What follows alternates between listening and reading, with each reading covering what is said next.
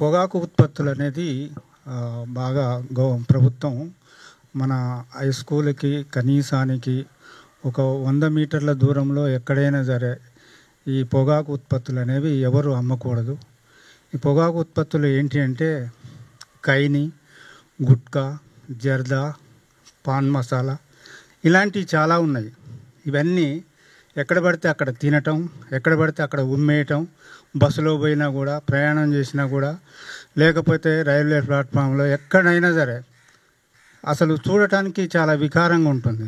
అవి చూసినా దాని వాసన పీల్చినా కూడా పిల్లలకు కానీ పెద్దలకు కానీ ఎవరికైనా సరే కళ్ళు తిరిగి పడిపోతారు.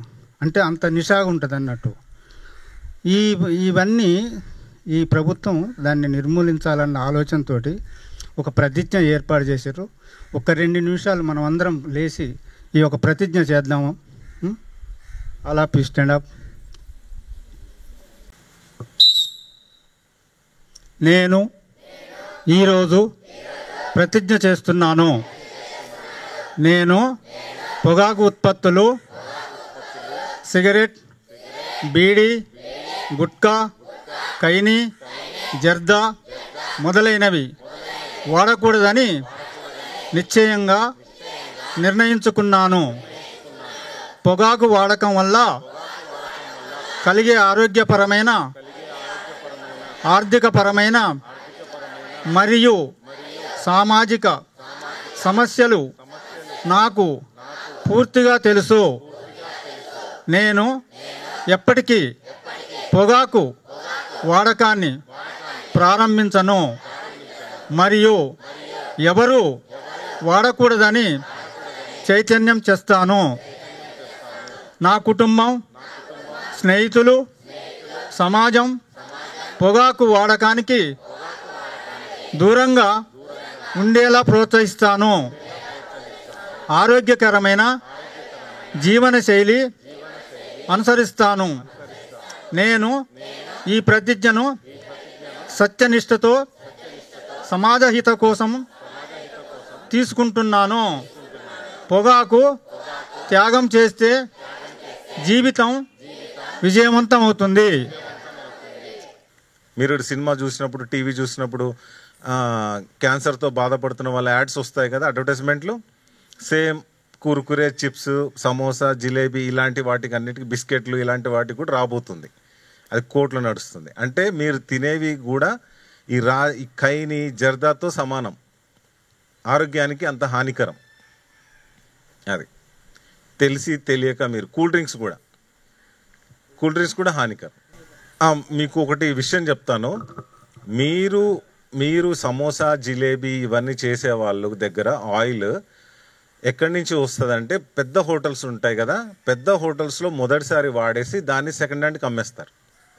అది మళ్ళీ ఒకటి ఆటో ట్రాలీలో డ్రమ్ములు వేసుకొని పోయి ఆయిల్ వాడిందంతా తెచ్చుకుంటాడు. తెచ్చుకున్న తర్వాత ఇంకా కింద స్థాయి హోటల్స్ ఉంటాయి, మోస్తారుగా ఉంటాయి. మిర్యాలగూడ, నల్గొండ, సూర్యాపేట టౌన్లో ఉంటాయి. అక్కడ వాడతారు. అది వాడిన తర్వాత వాడు మళ్ళీ సెకండ్ హ్యాండ్కి అమ్మేస్తాడు, థర్డ్ హ్యాండ్కి. అది ఇంకోళ్ళు వెళ్ళేసి ఆటోలో డ్రమ్ములో పోసుకొని వస్తారు. ఆ చివరికి థర్డ్ హ్యాండ్కో ఫోర్త్ హ్యాండ్కో ఈ రోడ్డు పక్కన బడ్డీ కొట్లకు వస్తుంది. అప్పటికి ఆయిల్ మొత్తము తారులాగా, రోడ్డు మీద వేసే తారులాగా నల్లగా కమిలిపోయి ఉంటుంది. ఆ కమిలిపోయిన దాంట్లో మళ్ళీ సమోసా, మళ్ళీ జిలేబీ వేసి తయారు చేసి మీకు ఇస్తారు. అంటే రోడ్డు తారు లేయడానికి వాడే ఆయిల్ మీరు దాంట్లో జిలేబీ ముంచి తీస్తే లొట్టలు వేసుకుంటూ తింటున్నారు. అది మీకు తెలియదు. ఆయిల్ మీకు ఎప్పుడన్నా చూసారా రోడ్డు పక్కన బడ్డీ కొట్టు దగ్గర ఆయిల్ ప్యాకెట్ ఉండే? ఈరోజు మిగిలింది ఆయన ఏం చేస్తాడు? పడబోస్తాడా? నీకోసం కొత్తది ఏం తేడు. ఈ రోజుదే రేపు వాడతాడు, మిగిలితే ఎల్లుండి కూడా వాడతాడు. ఇంకోసారి వేడి చేసిన ఆయిల్నే మళ్ళీ వేడి చేసి మళ్ళీ చేసి దాంట్లోనే బోండం, దాంట్లోనే గారె, అన్నీ దాంట్లోనే. ఇక పానీపూరి విషయానికి వస్తే, ఈ పానీపూరి కుండల్లో నీళ్లు పోస్తారు కదా, నీళ్ళు ఎక్కడి నుంచి తెస్తారో తెలుసా? ఎక్కడి నుంచి తెస్తారు నీళ్ళు? టాటా మినరల్ వాటరా, అది ఏంటి బిస్లరీ వాటర్ పోస్తాడా? కుండలో మినరల్ వాటర్ పోస్తాడా? నీళ్లు, బావిలో నీళ్లు, బోర్ నీళ్లు, నల్ల నీళ్లు, రోడ్డు పక్కన ఉన్న నీళ్ళు తీసుకొచ్చి పోస్తాడు. దేంట్లో తీసుకొస్తాడో? బకెట్లో తీసుకొస్తాడు.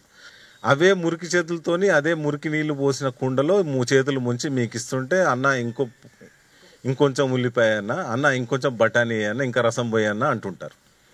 మీ అందరికీ వర్షాకాలం చలికాలం ఏదో కాలంలో జలుబు దగ్గు వస్తాయి కదా, మరి ఆయనకు కూడా జలుబు వస్తుంది కదా. మరి ఆయన చీమిడి తీసి ఎక్కడ కూడా సబ్బు ఉందా అక్కడ, ప్యాంటుకు దుడుచుకుంటాడు, ఈ పక్కనే ఇట్లా ఆయన తుమ్ముతాడు దగ్గుతాడు, ఇట్లా అనుకొని బిడ్డ ఇది పానీపూరి తిని బిడ్డ అంటాడు. మీరు చీ అని ఇక్కడ అనడం కాదు, మీరు తినేటప్పుడేమో లైను తోసుకుంటా ముందు ప్లేట్ పెడతారు, ఇప్పుడేమో చీ అంటున్నారు. మీరు గమనించట్లేరు అన్నీ. అంత శుభ్రంగా లేని నీళ్లు, అంత శుభ్రంగా ఆయన చేతులు ఉండవు, ఆయన బట్టలు ఉండవు, అక్కడ వాతావరణం గలీజుకుంటుంది. పైగా ఆయన మురికాలు పక్కనే పెడతాడు. ఇంట్లో కొంచెం శుభ్రంగా లేకుంటే ఏదన్నా ఉంటేనేమో అమ్మ ఏంది ఇంత చండాలంగా ఉంది అది అంటారు. అక్కడ మురికాలు పక్కన పెడితే మాత్రం అది మీకు ఆ దుర్వాసన అనేది తెలియదు. అలాగే ఐస్ క్రీమ్లు ఈ రోడ్డు మీద అమ్ముతారు చూడండి, ఐస్ క్రీమ్లు బండి గంట కొట్టుకుంటే ఇంటి తిరుగుతుంటాయి చూడండి. ఆ ఐస్ క్రీమ్ ఐస్ దేంతో చేస్తారు? ఐస్ గడ్డగట్టాలంటే నీళ్ళతోనే కదా. ఆ నీళ్లు ఏంటి, ఏ నీళ్ళు వాడుతున్నారు ఆలోచించారు ఎప్పుడన్నా? అవి కూడా అంత మురికి నీళ్ళే, ఎక్కడ పడితే అక్కడ తెచ్చిన నీళ్ళే. అవి దాంట్లో పోసి ఐస్ గడ్డలాగా చేసి దాంట్లో పుల్ల పెట్టి మీకు ఇస్తారు. ఆ రంగులు వాడేవి కూడా మంచివి కాదు.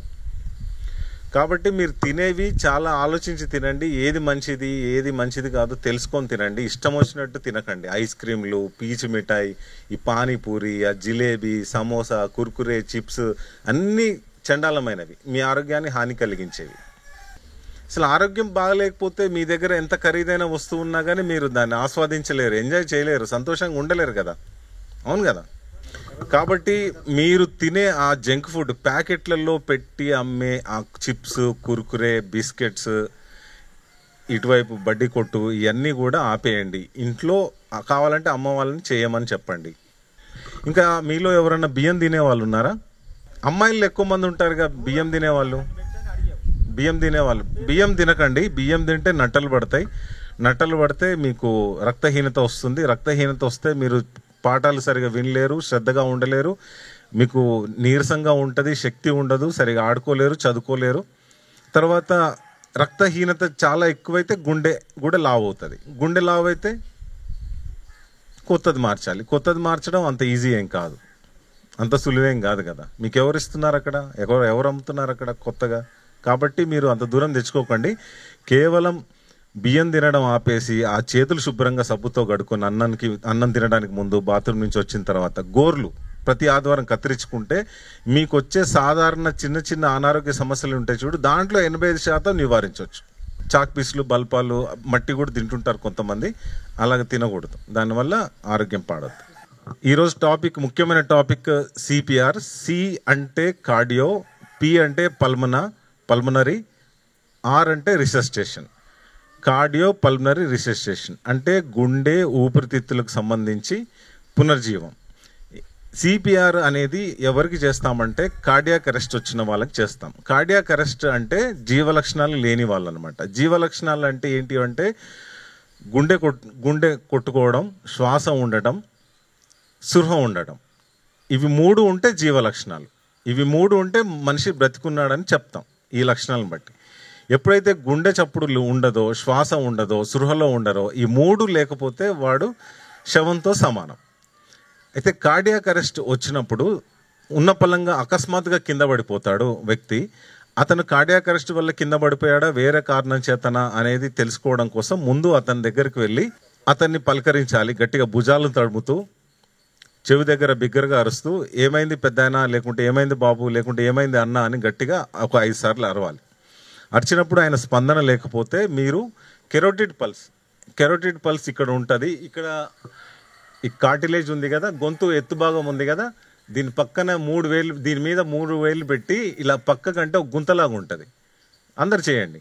ఎత్తైన భాగం మీద వేలు పెట్టి 3 వేలు, ఈ చూపుడు వేలు, ఈ మధ్య వేలు, ఉంగరం వేలు, ఈ 3 వేలు, బొటన వేలు, చిటికన వేలు కాదు, ఈ 3 ఎత్తైన భాగం మీద చేతి పెట్టి ఎడం వైపు కానీ కుడి వైపు కానీ నిదానంగా ఇట్లాంటి ఒక గుంతలాగా ఉంటుంది. ఆ గుంతలో ఈ వేలు కొనలు పెట్టి లైట్గా ప్రెషర్ పెట్టి చూస్తే మీకు నాడి తెలుస్తూ ఉంటుంది. టక్ టక్ టక్ అని నాడి తెలుస్తుంటుంది. ఇక్కడ నాడి లాగానే ఇక్కడ తెలుస్తుంటుంది. సో అది ఉందో లేదో చూసుకోండి. అది లేదు అంటే నెక్స్ట్ ఛాతీ కదలికలు ఉన్నాయా లేవో చూసుకోండి. ఛాతీ కదలికలు లేవంటే శ్వాస లేదు, ఇది లేదంటే గుండె పని చేయట్లేదు, ఇంకా స్పృహలో లేడు. ఈ 3 లక్షణాలు ఉంటే మాత్రం కార్డియాక్ అరెస్ట్ అని అర్థం. కార్డియాక్ అరెస్ట్ ఉన్న వాళ్ళకి మాత్రమే మనం సిపిఆర్ చేయాలి, ఇంకెవ్వరికి చెయ్యం. ఈ సిపిఆర్ ఎందుకు నేర్చుకోవాలి, ఎందుకు చేయాలి అంటే చెప్పాను కదా, హాస్పిటల్లో అడ్మిట్ అయిన వాళ్ళకి ఈ గుండె ఆగిపోతే వెంటనే సిబ్బంది తక్షణమే స్పందించి సిపిఆర్ చేసిన వాళ్ళలో 60% మంది పునర్జీవం పొందగలుగుతున్నారు.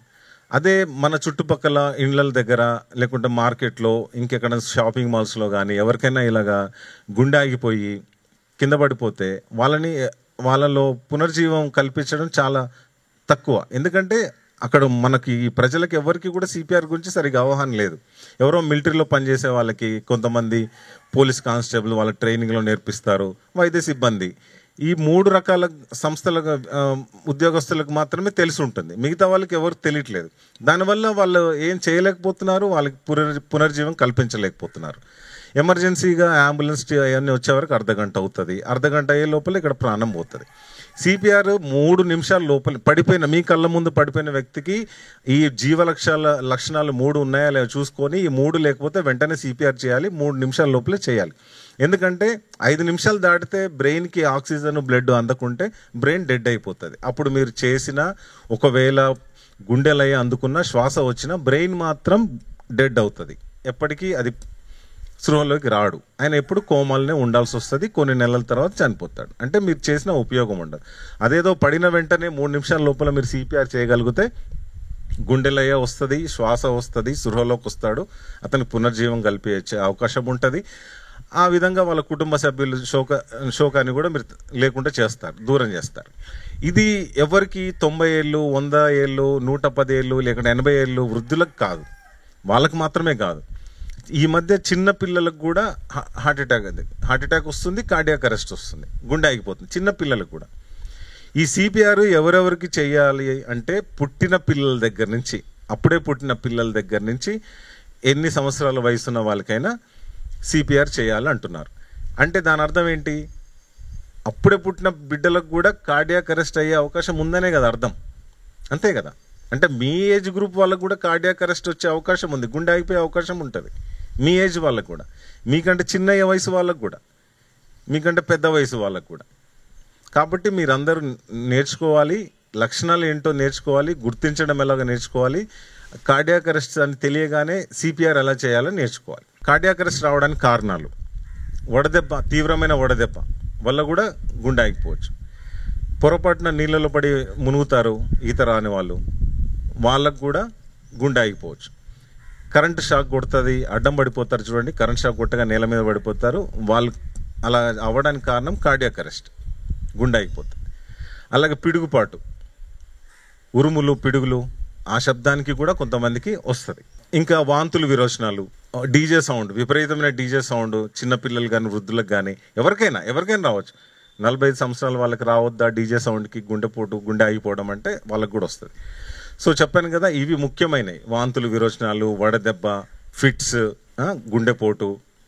గుండెపోటు ఇంతకుముందు 50 సంవత్సరాలు 60 సంవత్సరాలు దాటిన వాళ్ళకి వచ్చేది, ఇప్పుడు చిన్నపిల్లలకు కూడా వస్తుంది. సూర్యాపేటలో ఒకతను 25 సంవత్సరాలు, ఇంజనీరింగ్ అయిపోయింది, ఫారెన్కి వెళ్ళి ఉద్యోగం చేయాలనుకుంటున్నాడు, జిమ్కి వెళ్ళాడు, జిమ్లోనే గుండెపోటు వచ్చి కార్డియాక్ అరెస్ట్ వచ్చి చనిపోయాడు. తల్లిదండ్రులకు ఒకటే కొడుకు. అసలు అంతకంటే చిన్న టీనేజ్ వాళ్ళు కూడా చనిపోతున్నారు చాలా మంది, గుండెపోటు, కార్డియాక్ అరెస్ట్, మరణం.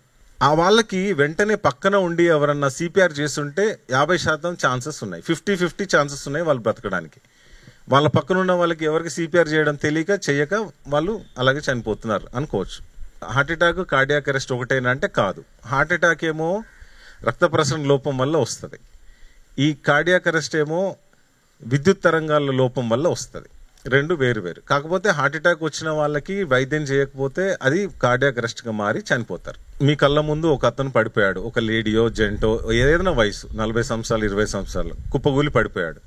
వెంటనే మీరు వెళ్ళినప్పుడు వెంటనే అతనికి సాయం చేయడానికి ప్రయత్నం చేయకుండా ముందు మీకు అక్కడేమన్నా ప్రమాదం కలిగించే సంఘటన ఏమైనా ఉందా, లేకుంటే అక్కడ ఏమైనా పరిస్థితులు ఏమైనా ఉన్నాయా చూసుకోండి. మీకు ప్రమాదం లేదు అని నిర్ధారించుకున్న తర్వాతనే వ్యక్తికి, ఆ మూర్ఛపోయిన వ్యక్తికి, స్పృహలో లేని వ్యక్తికి సహాయం చేయడానికి ప్రయత్నించండి. ఒకవేళ అతను ఉన్న సిచ్యువేషన్ బాగలేదు, లేకుంటే అక్కడంతా గాజు ముక్కలు ఉన్నాయి, రక్తం మడుగు ఉంది, కంప చెట్లు ఉన్నాయి, లేకుంటే కరెంట్ తీగలు ఉన్నాయి, లేకుంటే రోడ్డు యాక్సిడెంట్ అయినప్పుడు కార్లో స్టీరింగ్లో ముందు సీట్లో కూర్చొని ఉన్నాడు, ఓ పక్కన ఇంజన్లో నుంచి పొగలు వస్తున్నాయి, ఓ పక్కన డీజిల్ లీక్ అవుతున్న వాసన వస్తుంది, స్పృహలో లేని వ్యక్తి కూడా ప్రాబ్లమే, మీకు కూడా ప్రాబ్లమే. కాబట్టి అక్కడి నుంచి పక్కనే సురక్షితమైన స్థలానికి కొంచెం దూరంలో ఉన్న ఫుట్పాత్ మీదకో కొంచెం దూరంలో ఉన్న స్థలంలో మార్చుకోవాలి. అది చేసుకున్న తర్వాతనే మీరు సిపిఆర్ చేయడానికి ప్రయత్నించాలి. హెల్ప్ లైన్ ఫోన్ కంపల్సరీ 108కి ఫోన్ చేయాల్సి ఉంటుంది. ఫస్ట్ మీ ప్రమాదం ఉందో లేదో చూసుకోండి, తర్వాత అతన్ని భుజాలు తడమండి, భుజాలు తడిమి పాము ఏంటి ఏమైంది అని గట్టిగా 5-6 సార్లు అరిచి చెప్పాలి అన్నాను కదా. భుజాల మీద తడిమి స్పందన లేకపోతే 108కి వెంటనే ఫోన్ చేయాలి. సిపిఆర్ చేయడానికి ముందే 108కి లేదా ఎమర్జెన్సీ అంబులెన్స్కి మీ దగ్గర ఉన్న వేరే అంబులెన్స్ ఉంటే దానికి ఫోన్ చేయాలి. ఎందుకంటే మీరు సిపిఆర్ చేస్తూ ఉంటే అంబులెన్స్ వాళ్ళకి ఇన్ఫర్మేషన్ లేకపోతే మీరు ఎంతసేపు అని చేస్తారు. కాబట్టి ముందు ఎమర్జెన్సీ వాళ్ళకి ఫోన్ చేస్తే వాళ్ళు రావడానికి ఎలాగ సమయం పడుతుంది. కాబట్టి ఈ సమయం లోపల మీరు సిపిఆర్ చేస్తే కొద్దిసేపటికి వాళ్ళు వస్తే వాళ్ళు మీకు సహాయం చేస్తారు, వాళ్ళు సిపిఆర్ చేయడం మొదలు పెడతారు. అతన్ని అంబులెన్స్లో తీసుకెళ్లి ఐసీయూలో అడ్మిట్ చేసి అక్కడ ట్రీట్మెంట్ ఇవ్వడం స్టార్ట్ చేస్తారు. సిపిఆర్ చేయడానికి ముందు అతను కుర్చీలో ఉన్నాడా, మంచం మీద ఉన్నాడా, లేకుంటే వేరే భంగిమలో పడున్నాడా అది చూసుకోండి. అతన్ని ఏ భంగిమలో ఉన్నా కానీ అతన్ని మొత్తానికి వెల్లికలా పడుకోబెట్టాలి. చదునైన గట్టి ఉపరితలం పైన పడుకోబెట్టాలి.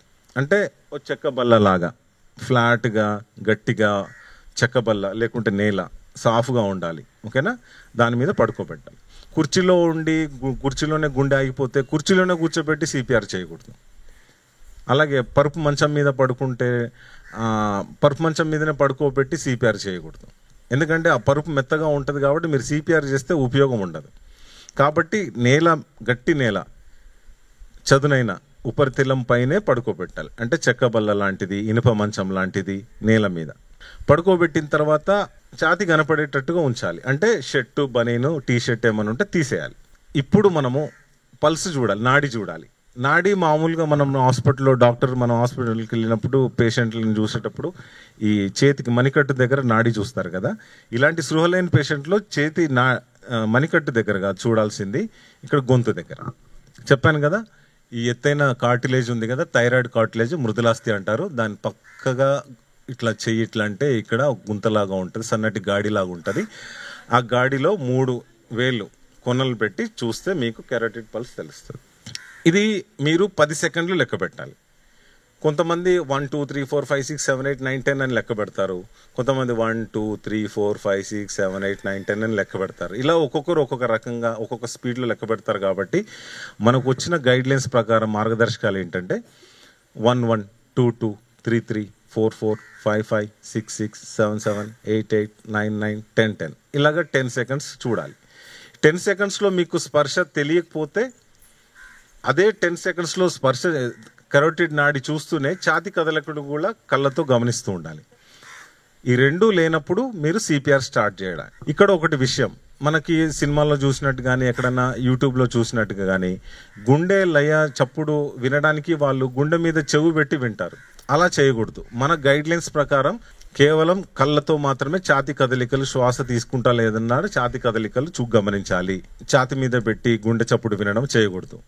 దానికి బదులు మనం కెరోటిడ్ పల్స్ ఇక్కడ గొంతు దగ్గర చూడాలి. ముక్కు దగ్గర 2 వేళ్ళు పెట్టి ఆ శ్వాస స్పర్శ తెలుసుకోవడానికి ప్రయత్నం చేస్తారు. అలా కూడా చేయకూడదు.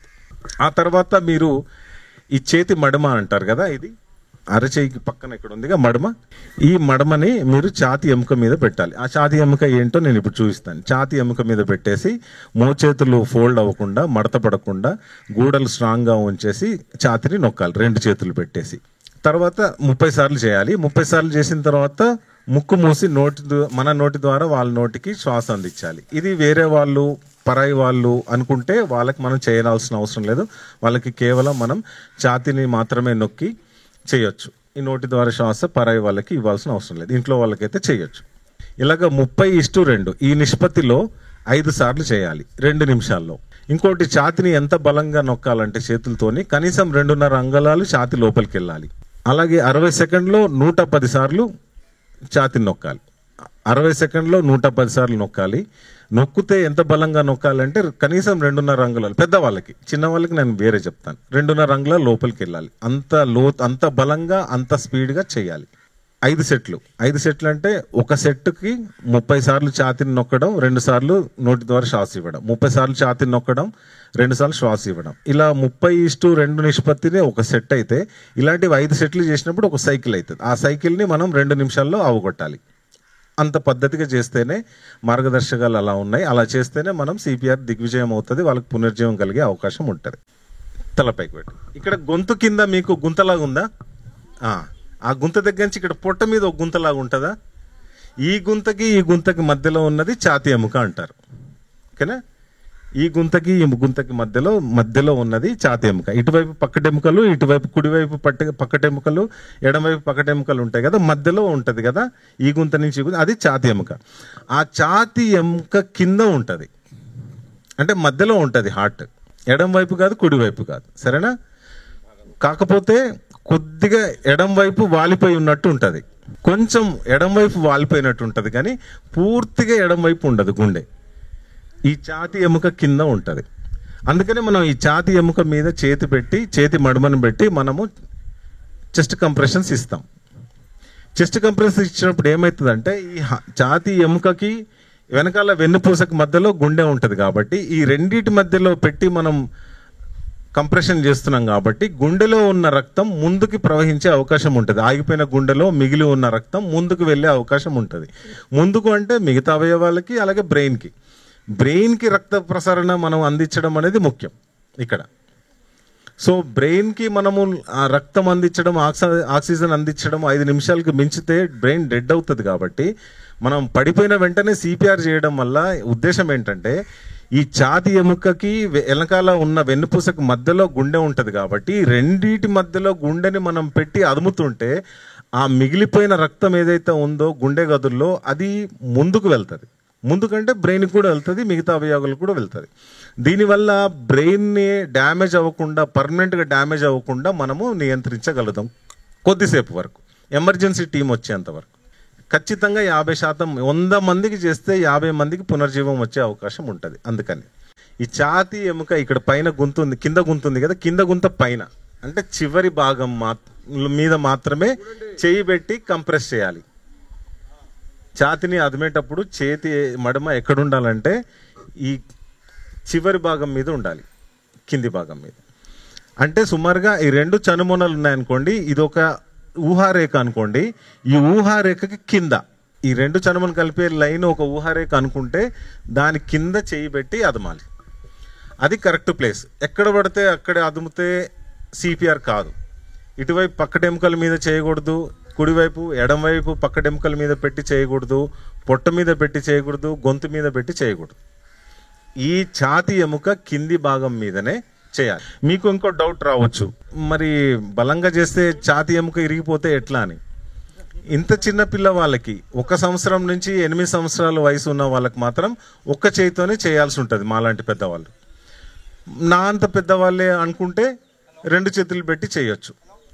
ఇలా చిన్న పిల్లలకి మాత్రం ఒక చేయి. ఇంకా చిన్న పిల్లలు ఉంటారు 1 సంవత్సరం లోపు వయసు వాళ్ళకి 2 వేళ్లతోనే చేయాలి. ఈ 2 వేళ్లతో చేసేటప్పుడైనా, ఒక్క చేతితో చేసేటప్పుడైనా, 2 చేతులతో చేసేటప్పుడైనా ఛాతీ ఎముక మీదనే పెట్టాలి. ఆ ఛాతీ ఎముక మీద కూడా ఆ లైన్ కిందనే, లైన్కి ఆనుకొని మాత్రమే చేతులు పెట్టి చేయాల్సి ఉంటుంది. 2 చేతులు పెద్దవాళ్ళకి పెట్టి చేయాల్సి ఉంటుంది. కార్డియాక్ అరెస్ట్ అంటే గుండె ఆగిపోవడం, గుండె నొప్పి కాదు. హార్ట్ అటాక్ అంటే గుండె నొప్పి. ఆ హార్ట్ అటాక్ని సరిగా సమయానికి ఎమర్జెన్సీగా ట్రీట్మెంట్ చేయలేకపోతే అది చివరికి గుండె ఆగిపోతుంది.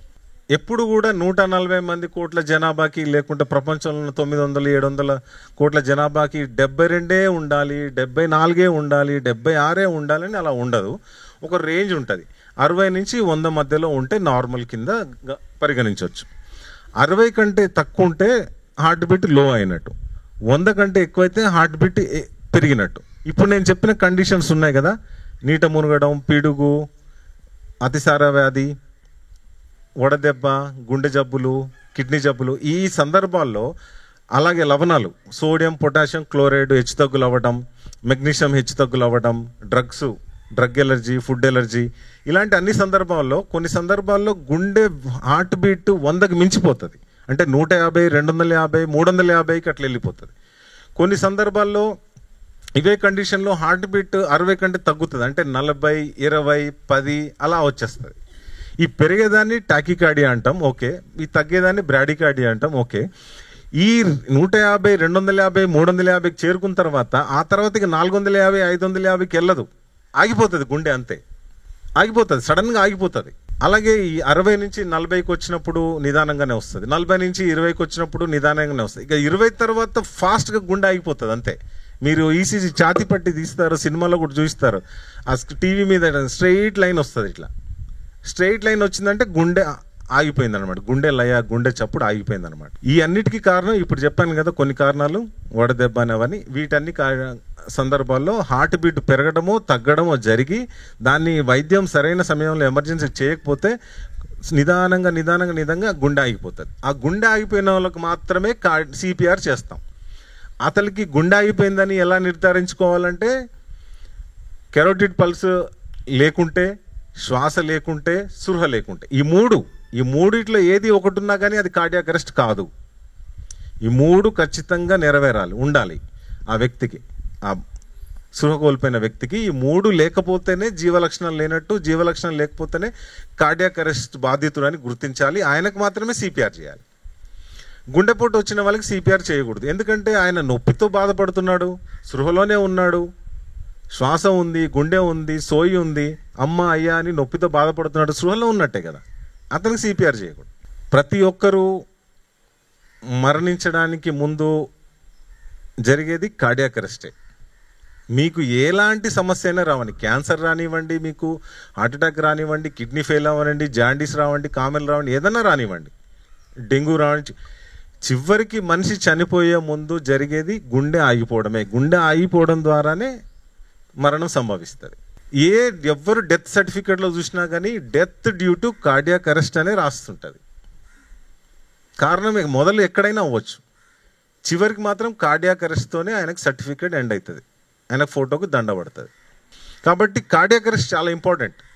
మరి ఇంత ఇంపార్టెంట్, ఇంత సామాన్యంగా ఎక్కడ పడితే ఎవరికి పడితే వాళ్ళకి, ఏ వయసు వాళ్ళకైనా వస్తున్న దీనికి సింపుల్గా మన చేతులు ఉపయోగించి, మన వాళ్ళైతే నోటి ద్వారా శ్వాస అందించి ఇంత సింపుల్గా చేస్తే ఆయనకి పునర్జీవం వస్తుంది. ఇంత సింపుల్, కేవలం మన చేతుల్లే ఉపయోగించేది అక్కడ. ఇంత సింపుల్ టెక్నిక్ని మీరందరూ నేర్చుకుంటే, మీ కళ్ళ ముందు ఎవరైనా కార్డియాక్ అరెస్ట్తో కొలాప్స్ అవుతే, మీరు కేవలం మీ చేతులు ఉపయోగించి సిపిఆర్ ఒక పద్ధతి ప్రకారం, ప్రోటోకాల్ ప్రకారం చేస్తే పునర్జీవం వచ్చే అవకాశం ఉంటుంది. అది ఆ ఆనందం మీకు ఎప్పుడు తెలుస్తుంది అంటే, మీ బాబాయ్కో మామయ్యకో అయితే మీరు సిపిఆర్ చేసినప్పుడు, అతనికి పునర్జీవం వచ్చినప్పుడు అప్పుడు తెలుస్తుంది ఆనందం. మిమ్మల్ని వాళ్ళు దేవుళ్ళలాగా చూస్తారు, ప్రాణదాతలాగా చూస్తారు. నేర్చుకోండి. ఇక్కడ మీకు ఒకటి రావచ్చు, మా మామ 110 కిలోలు ఉంటాడు బరువు, నేనేమో పిట్టపిల్లలాగా ఉంటాను, నేను ఛాతీ నొక్కడము 2.5 అంగుళాల లోపలికి ఆడబోతుంది సార్, ఇంత స్పీడ్గా నేను యాడ్ చేస్తా సార్ అని. మీరు ఆ రోజు చెయ్యి విరిగి ఉండొచ్చు, లేకుంటే మీకు అనారోగ్యంగా ఉండొచ్చు, మీరు చేయాల్సిన అవసరం లేదు. పక్కన నేను ఉన్నాను అనుకోండి, అనామకుడు, నాకు తెలియదు అనుకోండి, నాకు చెప్తే నేను చేస్తుంటా. బ్రదర్ మీరు చెయ్యి ఇలా పెట్టండి, ఇలా కూర్చోండి, ఇలా నొక్కండి, స్టార్ట్ చేయండి, ఇలా మీరు పక్క నుండి, మీకు తెలుసు, మీకు నాలెడ్జ్ వచ్చింది కాబట్టి ఇప్పుడు శిక్షణ వల్ల మీరు పక్క వాళ్ళకి మీరు చెప్తుంటే పక్కన వాళ్ళు చేసేదానికి అవకాశం ఉంటుంది. పెట్టి సిపిఆర్ చేయకూడదు. మంచంలో ఉంటే మంచంలో పరుపులో కూర్చోబెట్టి అలాగే చేయకూడదు. చెప్పాను కదా, చదునైన గట్టి ఉపరితలం మీదనే పడుకోబెట్టి చేయాల్సి ఉంటుంది. మీరు సిపిఆర్ చేసేటప్పుడు మీ మోకాళ్ళ మీద నిల్చోవాలి, కూర్చోవడం కాదు, మోకాళ్ళ మీద నిల్చొని ఉండాలి. అంత స్థలము చెక్కబల్ల మీద ఉంటేనే మీరు అలాగే పెట్టి చేయండి. చెక్కబల్ల మీద తాత పడుకోవడానికే మాత్రమే ప్లేస్ ఉంది అంటే మీరు నిల్చొని చేస్తే మాత్రం సిపిఆర్ అది కాదు. కాబట్టి మీరు మోకాళ్ళ మీదనే నిల్చొని ఉండాలి. అంత ప్లేస్ ఆ చెక్కబల్ల మీద, ఇనప మంచం మీద ఉంటే అలాగే మీ తాతని పడుకోబెట్టి మీరు కూడా ఆయన కుడివైపు మాత్రమే మోకాళ్ళ మీద నిల్చోవాలి. ఎడం వైపు, తల వైపు, పొట్ట మీద అట్లా నిల్చోకూడదు, కూర్చోకూడదు. కుడివైపు మాత్రమే ఉండాలి. అలా అయితేనే చేయండి. లేదంటే నేల మీద పడుకోబెట్టండి తాతయ్యని.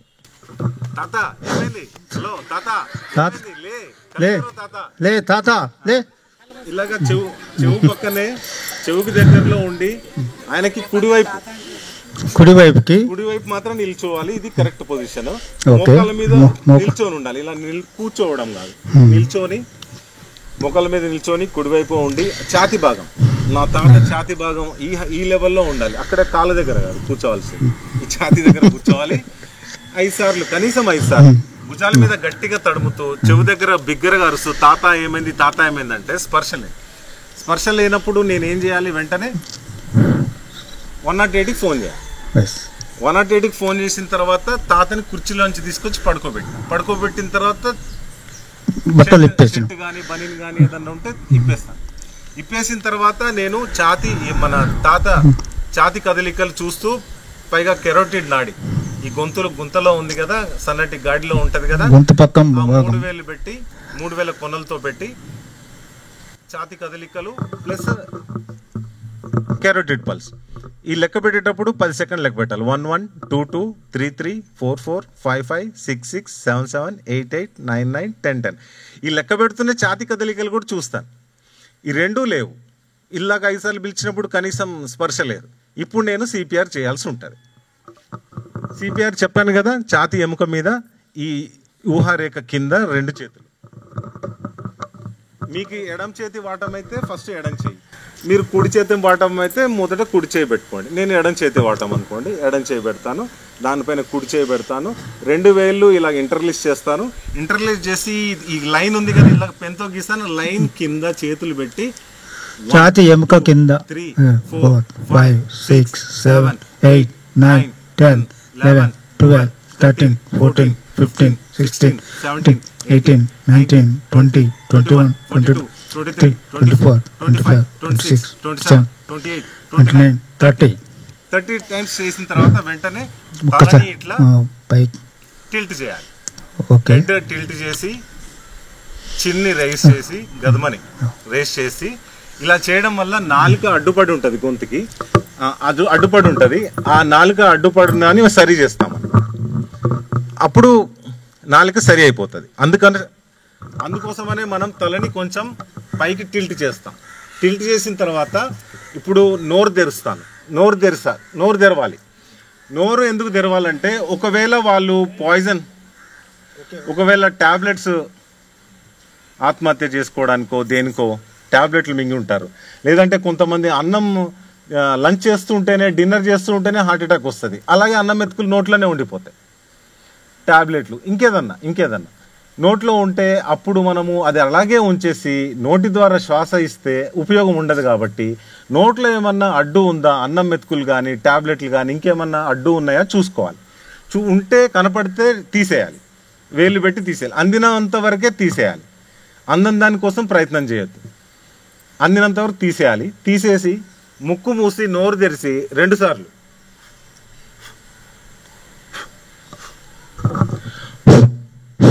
ఇలా 2 సార్లు మాత్రమే శ్వాస ఇవ్వాలి. ఇంత నిదానంగానే ఇవ్వాలి శ్వాస. మీకు బలం ఉంది కదా అని మనోడు త్వరగా బయటికి రావాలనేసి గట్టిగా ఊపిరి ఊదాల్సిన అవసరం లేదు. అదే ఇంకా ప్రమాదం. గట్టిగా ఊపిరి ఇవ్వాల్సిన అవసరం లేదు. జస్ట్ సున్నితంగా 1 సెకండ్ 2 సెకండ్లే దానికి కేటాయించడం, అంతే. 2 సార్లు శ్వాస ఇచ్చేసి మళ్ళీ 30 సార్లు 30 సార్లు చేసిన తర్వాత మళ్ళీ నేను ముక్కు మూసి నోరు తెరిచి మళ్ళీ 2 సార్లు శ్వాస ఇస్తాను. మొదటిసారి మాత్రమే నోట్లో టాబ్లెట్స్ కానీ అన్నం మెత్తులు కానీ ఉన్నాయో లేదో చూస్తాం. మళ్ళీ తర్వాత సారి చూడం.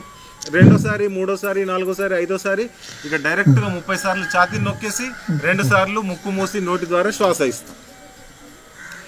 ఇలాగా 30 సార్లు ఛాతీని నొక్కి 2 సార్లు శ్వాస ఇవ్వడానికి ఒక సెట్ అయితే ఇలాంటివి 5 సెట్లు చేయాలి 2 నిమిషాలు.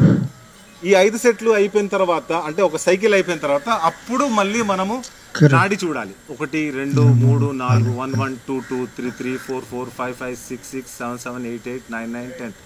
ఇక్కడ నాడి ఉంటేనేమో ఇక్కడతోనే ఆపేసేయాలి సిపిఆర్. నాడి చలనం రాకపోతే, శ్వాస రాకపోతే మళ్ళీ చేయాలి. మళ్ళీ 5 సార్లు చేసిన తర్వాత మళ్ళీ ఒక 10 సెకండ్ నాడి చూడాలి. మళ్ళీ 5 సార్లు. ఇలా ఎంతసేపు అంటే మీరు అలసిపోయేంత వరకైనా, లేదంటే ఇతనిలో చలనం మా తాతలో చలనం వచ్చేంత వరకైనా, లేదంటే ఎమర్జెన్సీ టీం వచ్చేంత లోపల. ఈ 3 సందర్భాల్లోనే సిపిఆర్ ఆపాల్సి ఉంటుంది. మీకు అలసట వచ్చినప్పుడు తప్పదు, ఆపేయాల్సిందే. తాతలో చలనం వచ్చినప్పుడు ఆపేయచ్చు. ఎమర్జెన్సీ టీం వచ్చినప్పుడు వాళ్ళకి హ్యాండ్ ఓవర్ చేసేంత వరకు చేయాలి. వాళ్ళు అంత దూరంలో ఒక వ్యాన్ కనపడగానే ఇంక వదిలేయద్దు. దాంట్లో ఎమర్జెన్సీ టీం వచ్చి హ్యాండ్ ఓవర్ చేసుకుని మనం ఇట్లా చేయి తీయగానే మళ్ళీ వాళ్ళు చేయి పెట్టి సిపిఆర్ చేసేంత వరకు మనం చేస్తూనే ఉండాలి. కార్డియాక్ అరెస్ట్ వాళ్ళకి, ఫిట్స్ వచ్చిన వాళ్ళకే కాదు, సృహలలోని ఏ వ్యక్తికైనా మీరు రికవరీ భంగిమ చాలా ఇంపార్టెంట్. లేదంటే చెప్పాను కదా, కడుపులో ఉన్న ఫుడ్, వాటర్, మిల్క్, చాయ్ అన్నీ కూడా మళ్ళీ గొంతులోకి వచ్చి గొంతులో నుంచి ఊపిరితిత్తులకు పోయే అవకాశం ఉంటుంది. ఊపిరితిత్తులకు వెళ్తే మాత్రం చనిపోతారు ఖచ్చితంగా. పడుకున్నాను. ఇప్పుడు ఈ వ్యక్తికి ఛాతి కదలికలు ఉన్నాయి, అంటే శ్వాస ఉంది. కెరోటిడ్ నాడి కూడా స్పర్శ తెలుస్తుంది. సో గుండె చప్పుడు వచ్చేసినట్టే, శ్వాస వచ్చేసినట్టే, కానీ సృహలో లేడు. వీళ్ళని రికవరీ భంగిమలో ఖచ్చితంగా ఉంచాలి, అలాగే వదిలేసి వెళ్ళకూడదు. రికవరీ భంగిమలో ఉంచేటప్పుడు ఏం చేయాలి? సింపుల్, ఏదో ఒకవైపు పడుకోబెట్టాలి, తిప్పడం, ఎడం వైపు కుడివైపు. యూజువల్గా అందరూ ఎడం వైపు చేస్తే మంచిది అంటారు, కానీ రెండిట్లో తేడా ఏం లేదు. కాబట్టి మీకు ఎడం వైపు అయినా పర్లేదు, కుడివైపు అయినా పర్లేదు. సరే, అందరు కుడివైపు ఎడం వైపు అంటారు కాబట్టి మనం ఎడం వైపే చేద్దాము రికవరీ భంగిమ. అటువైపు మనం ఎటువైపు తిప్పాలనుకుంటున్నాం అటువైపు అపోజిట్ గా ఉన్న చేతిని తీసుకొని ఇతని చెంప కింద పెట్టాలి. చెంప కింద ఇలా పెట్టాలి. ఓకేనా? నా వైపు ఉన్న చేయిని ఇలా స్ట్రైట్ గా పెడతాను ఇట్లా. అటువైపు ఉన్న కాళ్ళని ఇలా మడత పెట్టి ఇలా తిప్పుతాను. ఓకే, ఇలా తిప్పి ఒకేసారి ఇలా అంటారు. ఇది రికవరీ భంగిమ. ఈ పొజిషన్లో ఉంచాలి. అంటే ఒకవైపు చెంప కింద ఇటు ఈ చెయ్యి ఉంటుంది, ఈ చెయ్యి ఏమో ఇలా ఉంటుంది, కాలు చెయ్యి ఇలా ఉంటుంది. ఒకవైపు ఎడం వైపు కానీ కుడివైపు కానీ ఇలా పడుకొని ఉండాలి. ఇది రికవరీ భంగిమ. ఇలా ఉంచడం వల్ల కడుపులో ఉన్నవి ఫుడ్ పార్టికల్స్ కానీ, వాటర్ కానీ, ఏదైనా కానీ గొంతులోకి రాకుండా, వచ్చినా ఊపిరితిత్తులు వెళ్లకుండా ఉంటారు. ఇది చాలా ఇంపార్టెంట్ ఈ భంగిమ. ఓకేనా? అటువైపు కూడా చూపిస్తాను. అటువైపు కూడా ఓకే. అది ఓకే, చెయ్యి అటు చెప్పిన అట్లా. ఓకే, స్ట్రైట్ గా పెట్టండి. ఓకే, ఈ కాలు మర్చుకో. రైట్. ఓకే, బాడీ మొత్తం ఒకేసారి అట్లా హోల్డ్ చేసుకో. అది ఒక్కరే అటే 1 2 3 6 6 7 7 8 8 9 9 10 10. అట్లా 10 సార్లు లెక్క పెట్టాలి. ఆ లెక్క పెడుతూనే నాడిని చూడాలి, ఛాతీ కదలికలు చూడాలి. సరే, రెండు లేనప్పుడు నువ్వేం చేయాలి? ఇక సిపిఆర్ చేయాలి. ఆ చేతులు ఎక్కడ పెట్టి చేయాలి? నువ్వు మంచిగా కూర్చోవద్దు, నిలబడాలి గట్టిగా. ఓకే ఓకే, యాక్షన్ చెయ్యి, నిజంగా ఉత్తకు. 1 1 2 3 6 7 8 9 10 11 12 13 14 15 16 17 18 19 20 21 22 23 24 25 26 27 28 29 30 అయింది. 30 తర్వాత షోల్డర్ ఉంది కదా, షోల్డర్ ఖచ్చితంగా ఈ బోన్కి సరళ రేఖలో ఉండాలి. అంటే స్ట్రైట్గా ఉండాలి. ఇలా స్ట్రైట్గా ఉండాలి. ఇలా ఉండకూడదు, ఇలా దూరంగా ఉండకూడదు. ఇలా చూడండి, శరీరం మీదకి వాలిపోయినట్టుగా ఉండాలి. గూడ, ఛాతీ ఎముక స్ట్రైట్ లైన్లో ఉండాలి. మోచేతులు మడత పడొద్దు. ఈ చేతి మడమ ఉంది కదా, ఇది గాల్లోకి లేవద్దు. ఈ భంగిమ కరెక్ట్ గా చూడండి. ఇట్లా గాల్లోకి లేవద్దు. ప్రెస్ చేసేటప్పుడు ఇట్లా గాల్లోకి లేవద్దు. చేతి మడమ అలాగే ఉండాలి. ఛాతీ ఎముక మీద అలాగే ఉండాలి. ఛాతీ ఎముక చూడండి. అంతేగాని చేస్తున్నప్పుడు ఇది గాల్లోకి లేవడం చేయకూడదు. ఓకే, అంటే ఏంటి? అదే దాంట్లో సిపిఆర్ లో భాగంగా. సిపిఆర్ ఎందుకు చేస్తున్నాం? వ్యక్తికి గుండె ఆగిపోతేనేనా? ఇంకేం ఆగిపోతే? నాడి స్పందన. ఆ గుండె నాడి ఒకటే. స్పర్శ లేకపోవడం, స్పృహ లేకపోవడం, ఇంకా మాట, శ్వాస, స్పృహ, నాడి, స్పృహ. ఈ మూడు లేకపోతేనే కార్డియాక్ అరెస్ట్ అంటాం. రైట్, కూర్చోండి. ఇప్పుడు మీకు అందరికీ, సాధారణ ప్రజలకి, స్టూడెంట్స్కి, సెక్రటరీ, గ్రామ పంచాయతీ సెక్రటరీ వాళ్ళకి, టీచర్స్కి, పోలీస్కి, అందరికీ నేర్పిస్తున్నారు. ఎందుకు? సిపిఆర్ ఎందుకు చేయాలి అని. బ్రతికించడానికి. ఇంకా బ్రతికించడానికి డాక్టర్లు వాళ్ళు ఉన్నారు కదా, అన్నీ మీరే బ్రతికిస్తున్నారా? ఈ ఒక్కటే ఎందుకు మీరు కూడా నేర్చుకోమంటున్నారు? ఈ కేవలం చేతులు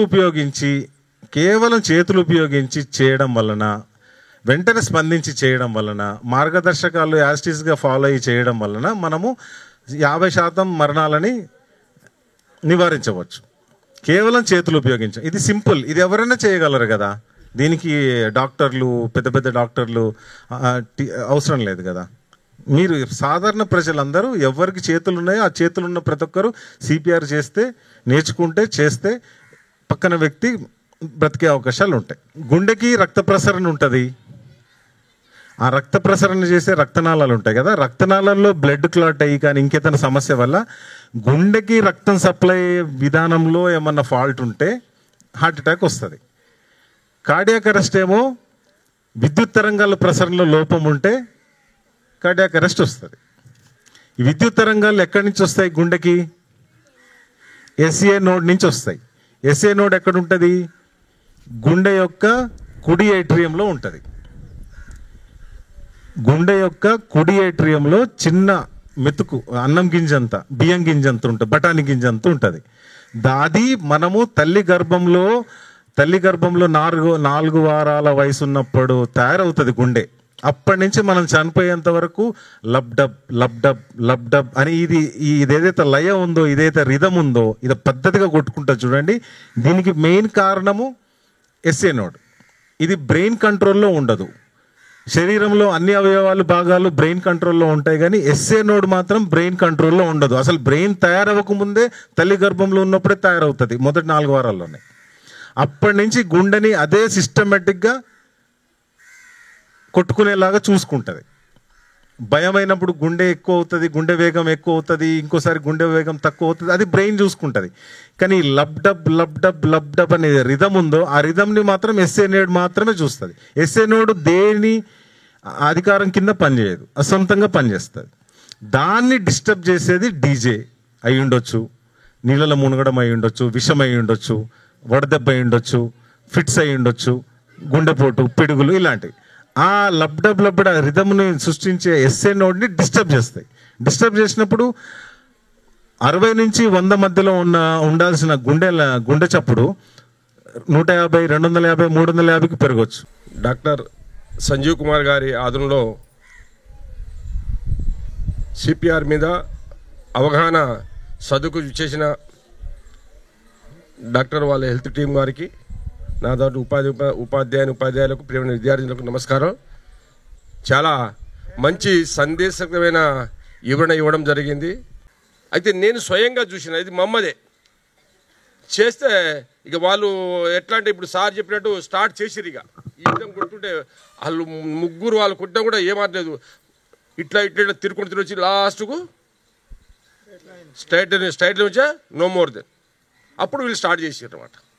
చూడండి, అంటే మనిషి చూడండి ఆ మూమెంట్లో ప్రయత్నం చేస్తే బతకడానికి అవకాశం ఉంటుంది. లాస్ట్ ఛాయిస్ అనమాట అది. అతను బతికిన తర్వాత మనకి ఏ విధంగా చూస్తారో కూడా సార్ క్లియర్గా చెప్పిండు. ఎనీహా ఇది మనసులో నాటుకు పెట్టుకోవాలి, మీరు బాగా ఇది చేయాలి. ఎక్కడైనా ఈ సంఘటన చేత మాత్రం మీ లెవెల్లో మీరు సాయం చేయండి. ఓకే, ఈ అవకాశం ఇచ్చి మా పాఠశాల సందర్శించి మా పిల్లలకి అమూల్యమైన సందర్శించినందుకు డాక్టర్ సంజీవ్ గారి కుమార్ గారికి ప్రత్యేకమైన ధన్యవాదాలు తెలియజేస్తూ, సిపిఆర్ అవగాహన కార్యక్రమానికి వచ్చి మాకు విద్యార్థులకు పూర్తి అవగాహన కల్పించినటువంటి వైద్య ఆరోగ్య శాఖ సిబ్బంది సంజయ్ గారికి మరియు సిబ్బంది అందరికీ కూడా మా యొక్క పాఠశాల తరఫున అభినందనలు తెలియజేస్తూ ధన్యవాదాలు తెలియజేసుకుంటూ ఈ యొక్క కార్యక్రమం ముగిసిందని తెలియజేస్తున్నాం. Thank you sir.